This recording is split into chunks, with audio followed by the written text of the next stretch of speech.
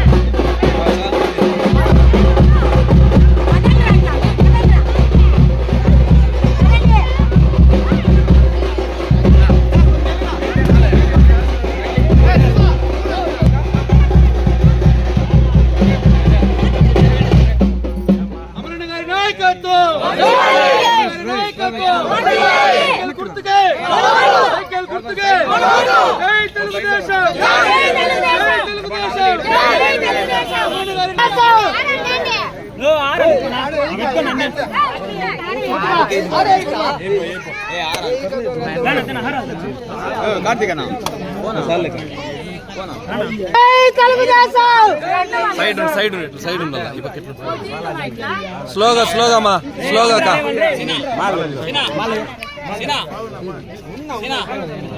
జై తెలుగుదేశం, జై తెలుగుదేశం, జై పవర్ స్టార్, జై పవర్ స్టార్, జై పవర్ స్టార్.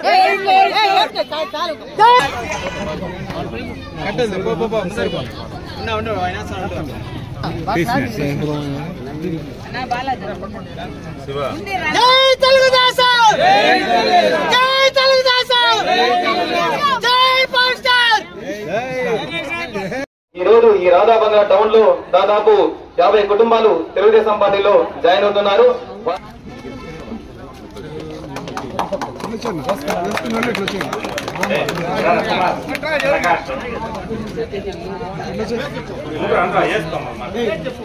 ప్రకాష్ సతీష్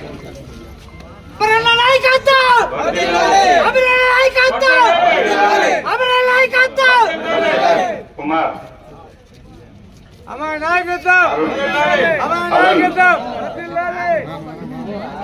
నాగార్జున శివకుమార్ ధనంజయ్ సిద్ధు వరుణ్, లిఖిత్, వినయ్ ఉన్నారు ఇంకా సుబ్రహ్మణ్యం, గంగాధర్, మోహన్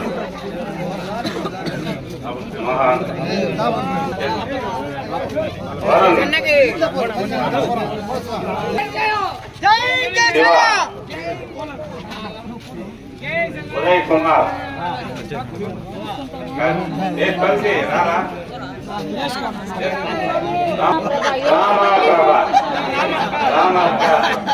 ఉస్మా, లక్ష్మీ ప్రభా, ఉస్మా, గిరిజా, గిరిజా, గిరిజా, రాక కృష్ణక, రామాక్షక్క,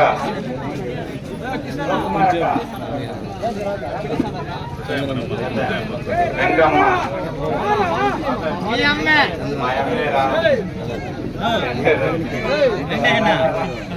కృష్ణ,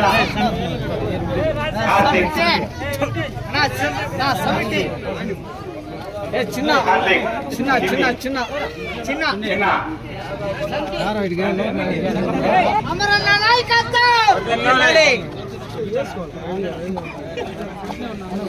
ఇవ్వలేదు. అమరన్న గారి నాయకత్వంలో అమరన్న నాయకత్వంలో నమ్మకంతో ఈ రోజు తెలుగుదేశం పార్టీ కుటుంబంలో చేరుతున్నారు. ఇంతవరకు మీరు బొగ్గు, ఈ రోజు కేజీఎఫ్ గని అమరన్న తాకితే రేపటి నుండి మీ ఇంటికాడ లైన్ పడతారు వైఎస్ఆర్ కాంగ్రెస్ పార్టీ వాళ్ళు. ఆయన తప్పు చేశాము, నీకు 3 అంతస్తుల బిల్డింగ్ కట్టిస్తాము, నీకు కేజీఎఫ్ గని ఇస్తాము, 3 సంవత్సరాల బంగారం ఇస్తాము, మా గవర్నమెంట్ వస్తుంది, మళ్ళీ మేమే చేస్తామనేసి మీకు కల్లి భూమి కబుర్లు చెప్పేదానికి మేము పోయిన 10 నిమిషాలకు లైన్ పడతారు. మీరు ఎవరో కల్లి భూమి మాటలకి నమ్మద్దండి. అమరన్న మీద నమ్మకం పెట్టండి. మీకు ఏం కావాలా చేసేది అమరన్న, చెయ్యబోయేది అమరన్న అని చెప్పి సాముఖంగా తెలుసుకున్న జై అమరన్న, జై. మనం ఎన్నో సార్లు చాలా నాయకత్వాన్ని నమ్ముకొని 4 సంవత్సరాలు మోసపోయినాం. ఈసారైనా అన్న వచ్చి గెలిచి మనము ఎక్కువ మెజారిటీతో అన్నని గెలిపించి మనం ఆయన్ని కోరికలు అడగాల. ఏం మనం అడగతా అనేది చిన్న టెంపుల్, ఆ పక్క వీధులు, చిన్న మెట్లు, మనకు కావాల్సిన అవసరాలు, బాత్రూమ్స్ అన్న చేస్తాడన్న నమ్మకంతో ఆయనతో ఉన్నాను. చేస్తామని నాకు పూర్తిగా నమ్మకం ఉందినా. ఈసారి ఎక్కువ మెజారిటీతో మా ఏరియాలో మేము చూపిస్తా, మీరు మాకు మాట చేసుకోండి. ప్రతి ఎలక్షన్ మా వార్డు ఇప్పుడు మెజార్టీ వస్తానే ఉంది. మాకు కొన్ని సమస్యలు ఉన్నాయి, అది ఊరు పట్టించుకోవడం లేదు. ఫస్ట్ గుడి, రెండవది అంగన్వాడీ స్కూలు, మూడవది కాలువ సమస్య, ఆ పక్క ఒకసారి దోమలు ఎట్లుందో, రెండవది ఆ పక్క వాళ్ళకి బాత్రూమ్స్ లేవు, నెక్స్ట్ రోడ్డు లేదు దిగేది వాళ్ళకి. ఇలాంటివి నెక్స్ట్ చదువుకుని పిల్లలు చాలా మంది ఉన్నారు, నిరుద్యోగులుగా ఉన్నారు. ఇవన్నీ ఈ సంవత్సరాన్ని మరి తీర్చాలని కోరుకుంటానండి. మీ మీద నమ్మకం వచ్చినాం, పూర్తి మెజార్టీ మేము గెలిపిస్తాం. మా కోరికను మీరు నెరవేర్చాలి.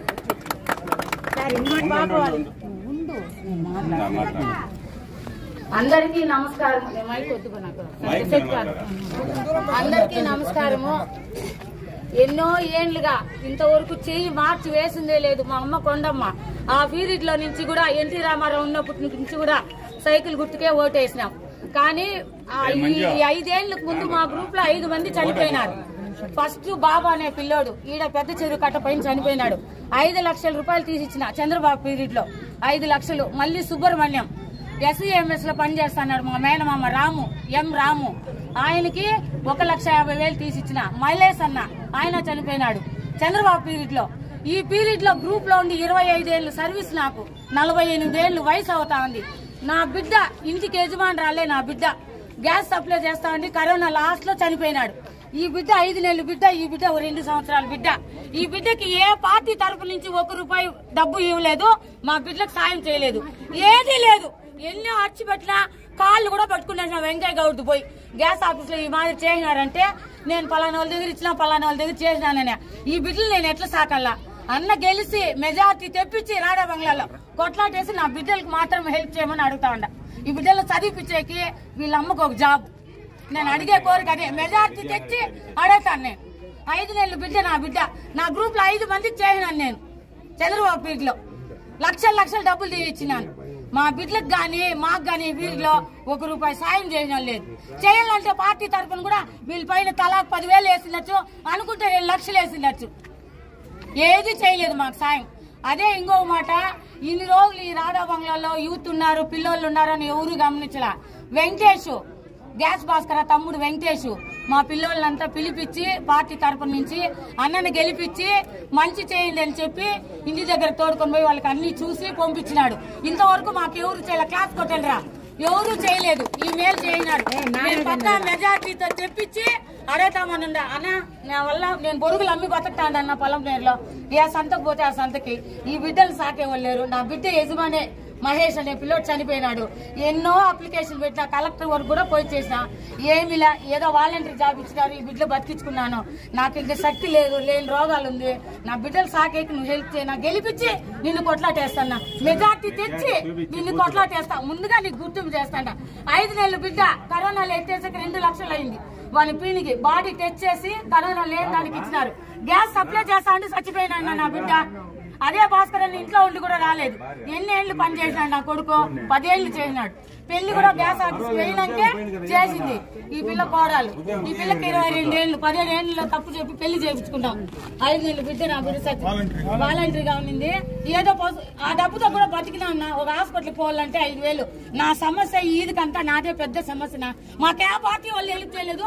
ఎవరు 10 రూపాయలు ఇచ్చిన వాళ్ళు కాదు. ఆ పార్టీ వాళ్ళు వచ్చి కూడా ఒక 6 వేసిన వాళ్ళు కాదు. నేను కడుపు కాలు చెప్తాను. నా బిడ్డలు నేను కరోనాలో మా ఈదోళ్ళే లేకపోతే నా బిడ్డలు మొట్టికి కూడా మరుగు చేసేంత శక్తి లేదు నాకు. ఇది నా పరిస్థితి, నా కడుపు కోత ఇది. మీకు మెజార్టీ తెప్పించి మాట్లాడతాను. ఇప్పుడు జిరాక్స్ కూడా తీసుకోలేదు నేను. బాబా అనే పిల్లోడు, వాడు కూడా ఇంటికి పెద్ద దిక్కు. ఈడే కట్టపోయిన చనిపోతే 5 లక్షల రూపాయలు. ఫస్ట్ దానానికి 5,000, మళ్ళీ 45 ఏపిచ్చినా నేనే దగ్గరుండి మున్సిపల్ ఆఫీస్ లో. మా బిడ్డలకు ₹1 వీళ్ళ నా కొడుకు 5,000 ఇన్సూరెన్స్ చేసినా, అది కూడా లేదనేసినా. నేను ఎట్లా బతకల్లా? బొరుగులు అమ్ముతేనా నాకు జీవనమో, లేకపోతే ఏం లే. 4 ఇళ్ళు పని చేస్తాను రాధా బంగ్లాలో. నా పరిస్థితి అదినా. ఎట్లయినా బిడ్డలు సాకాలి కదా. నా బిడ్డలకు కొంచెం హెల్ప్ చేస్తా. గెలిపించినాక ఆ మాట అడగాలనుకుంటే ఇప్పుడు ఆత్రంతో అడిగేస్తాను. ఇది నా నేను కొండం కూతురేనా. బొరుగులంతా మున్సిపల్ ఆఫీస్ కాడే 96 నుంచి అమ్ముతాను. అదే జగన్ చూసి అలా మాకేం చేయాలా, మేము ఆ ఫీల్డ్ అన్ని చేసినాం. పక్కన ఉంటాను.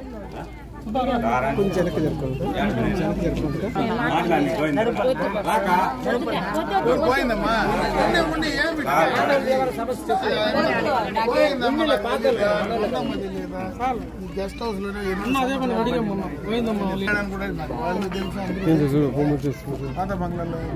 లేకపోతే రాధా బంగ్లాలో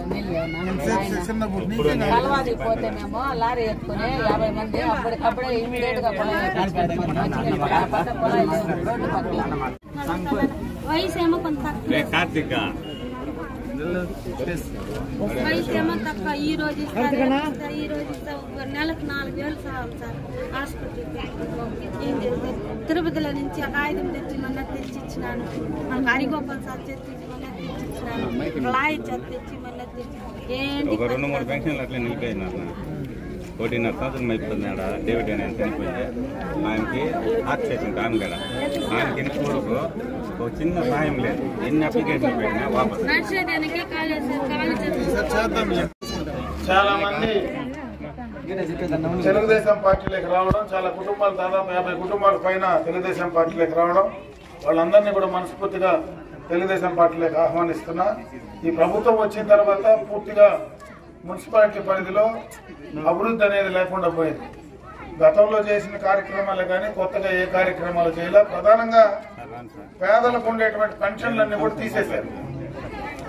ఇండ్లకు సంబంధించి వాళ్ళకు ఉండేటువంటి ఇంటి స్థలం 1000 గజాలకు పైన ఉందని అది దాదాపు 1,200 పెన్షన్లు తీశారు. తర్వాత మళ్ళీ ఒక 600 రికవరీ చేసిన ఆ 600 పెన్షన్లలో కూడా వాళ్ళకు ఉండేటువంటి ట్యాక్సులు ఈ 5 సంవత్సరాల్లో విపరీతంగా పెంచేశారు. దాదాపు 15% ప్రతి సంవత్సరం యాడ్ చేసి 500 వచ్చేటువంటి ట్యాక్స్ ను దాదాపు 3,000 4,000 ఈ రోజు పెన్షన్ ట్యాక్సులు మున్సిపాలిటీలు పెంచడం జరిగింది.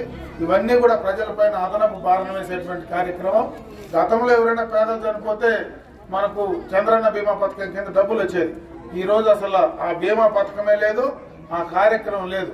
పేదలకు సంబంధించి గత ప్రభుత్వంలో చేసినటువంటి సంక్షేమాన్ని పూర్తిగా నేను బటన్ నొక్కుతా ఉన్నానని, ఎక్కడ బటన్ నొక్కుతా ఉన్నాడో ఎక్కడ వస్తా ఉందో తెలియదు కానీ ఆ బటన్ నొక్కుడు ఇంకొక పక్క వాళ్ళ దగ్గర నుంచి పన్నుల రూపంలో విపరీతంగా నొక్కుతా ఉన్నాడు.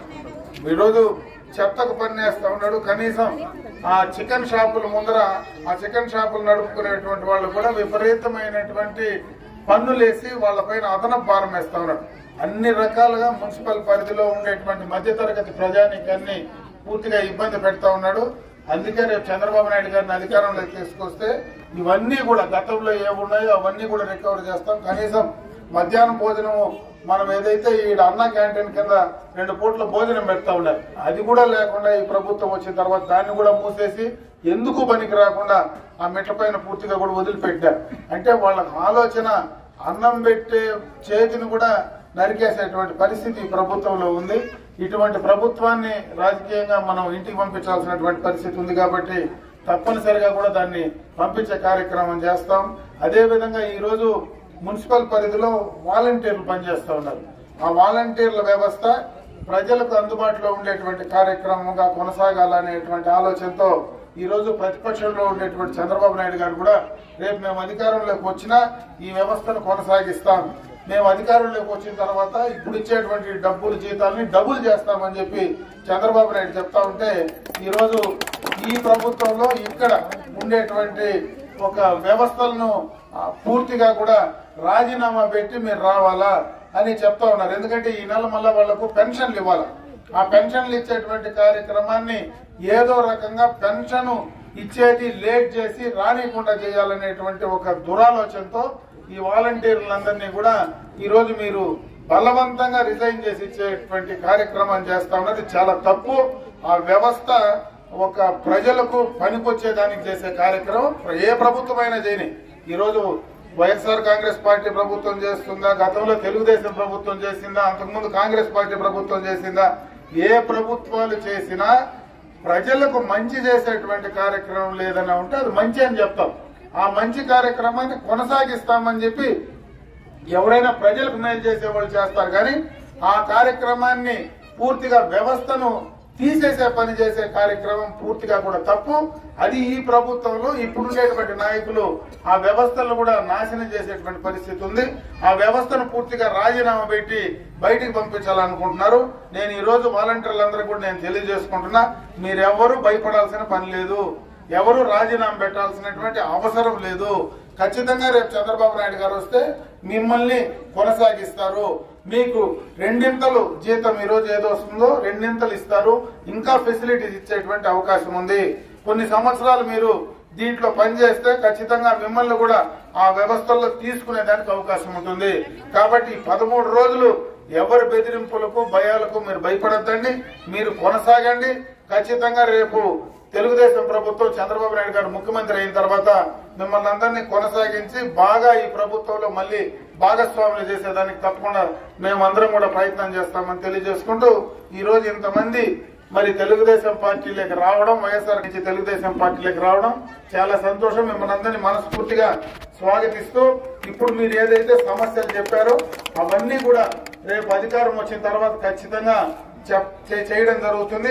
అదే విధంగా ఈ రోజు ఎవరైతే ఇక్కడ కొండమ్మ మనవడు ఇద్దరు వాళ్ళకి సంబంధించి చనిపోయినాడు కరోనాలో. ఖచ్చితంగా కరోనాలో భర్త చనిపోతే అతను గతంలో ఏం చేస్తా ఉన్నాడో దానికి ప్రభుత్వం నుంచి వాళ్లకు ఇవ్వాల్సినటువంటి బాధ్యత కూడా ప్రభుత్వం పైన ఉంది.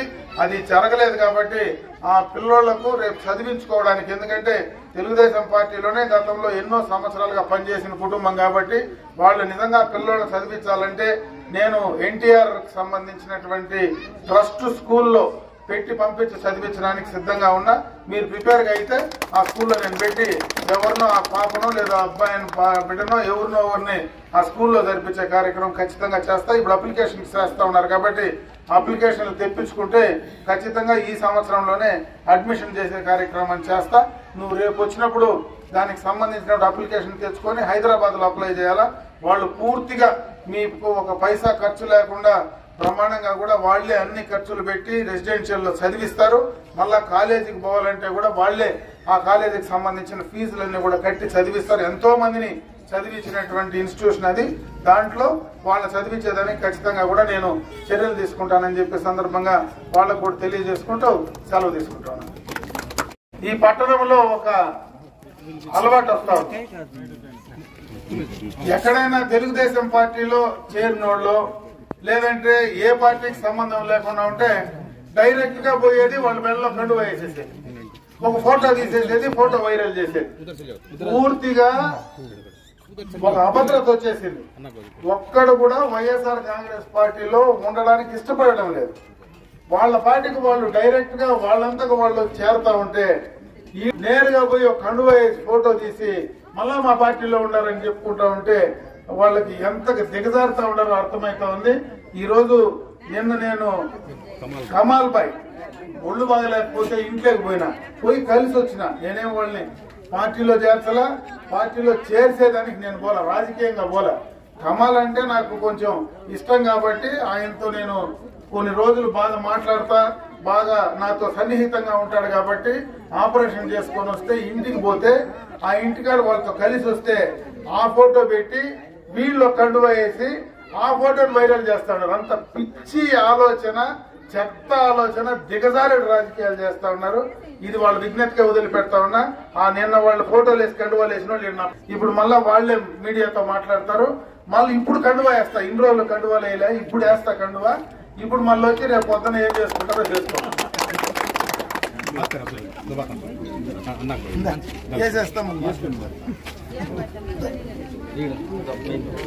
జై తెలుగుదేశం, జై తెలుగుదేశం. అమరన్న గారి నాయకత్వం, అమరన్న గారి నాయకత్వం, అమరన్న గారి నాయకత్వం.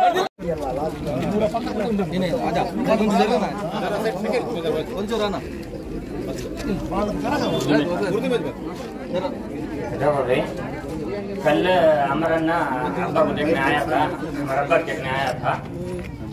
आपको हमारे दोस्त भी अमरन्ना के मिलने भी आए थे, भोजी ने आए थे घर को, हम अब्बा से मिलने आए थे। मिलने को बाहर आते हैं ना को पूरा होगा चले गए। उसके बाद आज వైఎస్ఆర్ कांग्रेस वाले शर्म नहीं सका क्या, जुल्म से बुला को कन्नौर दलाल को, नहीं भाई मैं टीडीपी को तो भी उन्होंने मान नहीं सका, कन्नौर दलाल को नहीं ना तू हमारा पार्टी छे तो हमारा पार्टी में छो, और जुल्म से बोला जाती है।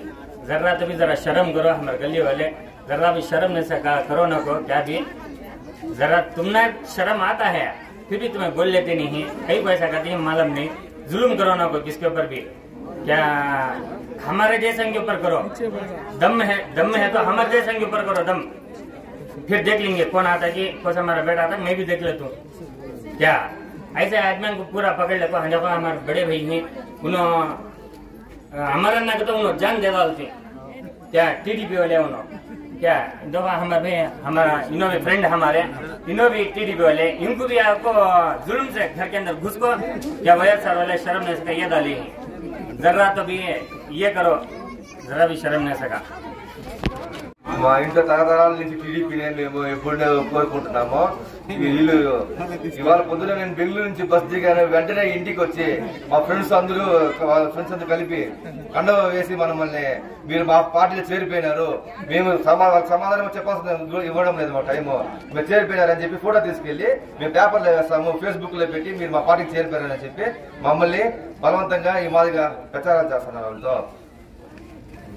15వ వార్డులో ఈరోజు ఎమ్మెల్యే గారి పర్యటనలో భాగంగా చాలా మందికి వాళ్ళు బలవంతంగా తీసుకెళ్లి కండువాలు వేయడం ఇది ఏమీ పద్ధతిగా లేదు. ఏదన్నా ఉంటే గానీ మీరు దయచేసి మీరు వచ్చి వాళ్ళు ఒప్పుకున్నప్పుడు కండువాలు వేయాలి, కానీ మీరు అనవసరంగా పిలిపించి ఆయన ఎమ్మెల్యే గారు వస్తున్నారని చెప్పి ముందుగా 10 మంది పరిగెత్తుకొని వచ్చి వీళ్ళంతా వచ్చి ఇలా చేయడము ఇప్పటి వరకు ఏ సంస్కృతిలో లేదు. మేమంతా కూడా ఇష్టపూర్వకంగా పార్టీ మారి వచ్చాం, కానీ ఒకరిపైన ప్రోద్బలంతో పార్టీ మారి రాలేదు. అదేవిధంగా ఈ రోజు ఇలా చేయడం వల్ల పార్టీలకి ఉన్న నమ్మకం పోతుంది.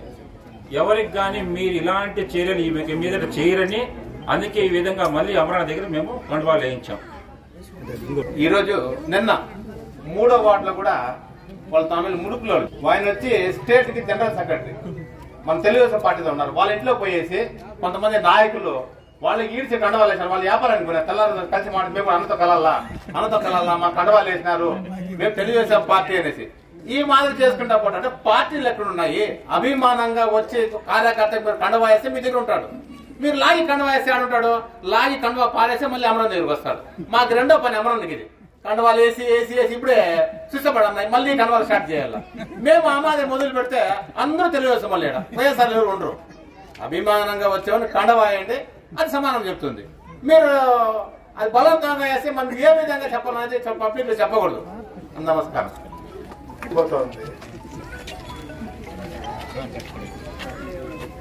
వీళ్ళు తిరిగిన చోటంతా నేను కండువాలేసే పని అయిపోతాను.